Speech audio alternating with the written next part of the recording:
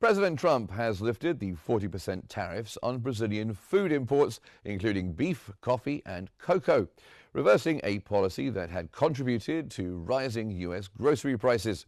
The move, effective November 13th, follows similar recent tariff removals and comes amid declining approval ratings linked to food inflation. Brazil supplies about 1/3 of America's coffee and has become a key beef supplier. The decision is expected to quickly release Brazilian coffee stocks held in U.S. bonded warehouses and restore normal trade flows, with Brazilian industry groups welcoming the policy change.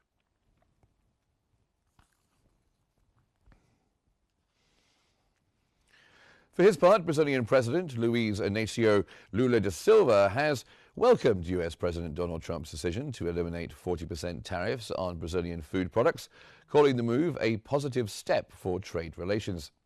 The tariffs imposed in July over Brazil's prosecution of former President Bolsonaro had affected key imports, including beef, coffee and cocoa. The removal follows similar recent U.S. tariff reversals and comes as the White House addresses concerns about rising domestic food costs.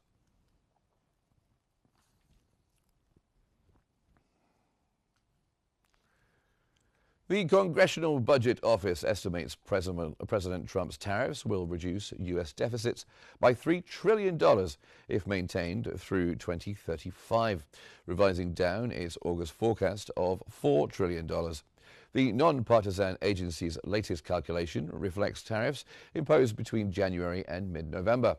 The CBO now estimates primary deficits will fall by $2.5 trillion over 11 years, with government borrowing costs declining by approximately $500 billion. The revision comes as the Supreme Court reviews legal challenges to the tariffs, which critics argue ultimately burden American consumers with higher prices, while the administration touts them as a revenue windfall.